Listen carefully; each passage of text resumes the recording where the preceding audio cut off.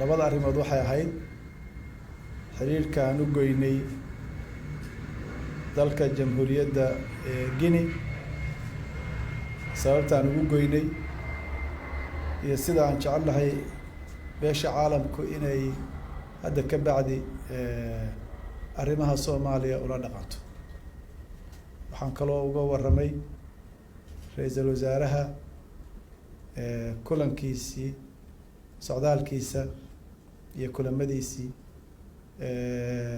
gobolka ama dowlad goboleedka Galmudug iyo guulaha laga soo heeyay. labada arrimood ayaan maanta kulankayo ku saabsanaa diblomaasiyiintii aanu la kulannay. arrinta xiriirka aan u jaray jamhuuriyadda Guinea waxaan ku niri wuxuu ku saabsan yahay waxaa keenay Guinea oo ixtiraam daraysay oo meel uga dhacday qarannimadayada midnimadayada iyo wadajirka ummadayadana khatar gelisay.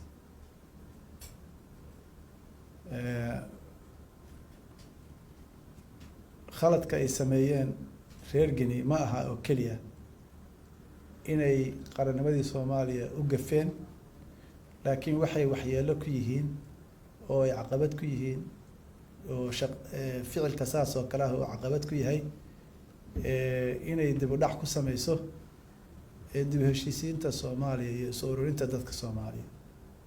haddii dadka Soomaaliyeed aan la siinin waqti iyagu ku wada hadlaan, tusaale haddaan usoo qaadano Somaliland iyo dowladda federaalka ee Soomaaliya ama xukuumadda federaalka ee Soomaaliya, hadday iyaga Soomaali isla iyaga isu dhan iyaga annaga hal dad ah, khayr baanu la jecelahay walaalaha iyo Somaliland inta goosashada rabta iyo dadka Soomaaliyeed oo dhan meelay joogaan.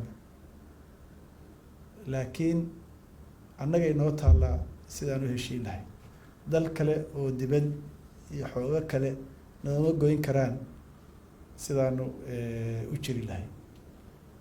marka mar kasta oo faragelin dibadda nagu timaado waxay caqabad ku noqonaysaa isfahamkayagii iyo maaragtay wada hadalladayadii. maxay dad uga baahan yihiin inay isla hadlaan hadday arkaan in dalal kaleeto ay ula dhaqmayaan sidii ay yihiin dowlad. Somaliland ma aha dal madax bannaan oo ka madax bannaan Soomaaliya oo gooni u taagan. adduunka meel u aqoonsan ma jirto saas.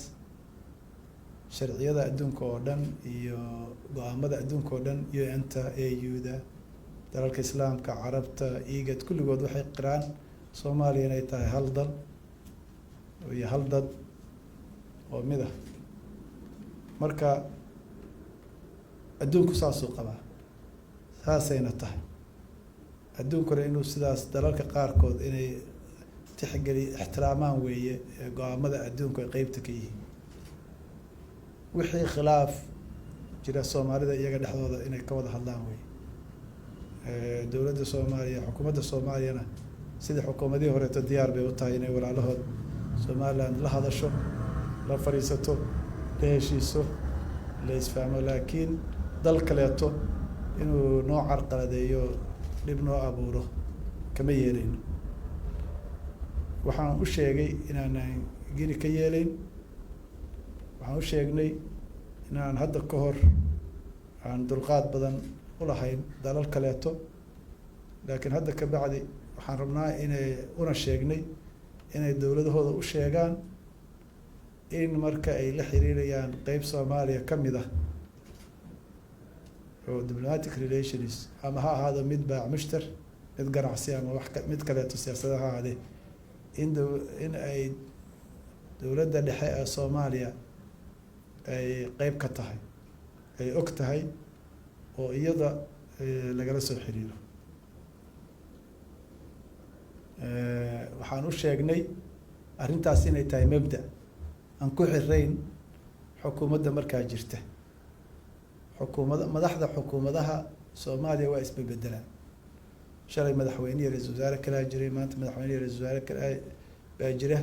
berito qof kasta oo Soomaaliya madax noqon kara, qof kale oo Soomaaliya oo Somaliland jooga madax noqon kara, qof Jubbaland jooga noqon kara, qof Galmudug jooga noqon kara, qof meel kale oo Soomaaliya jooga noqon kara.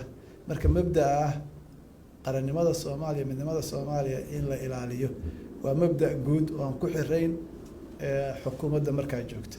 sidaasaan u fahamsiinay oo ugu sheegay.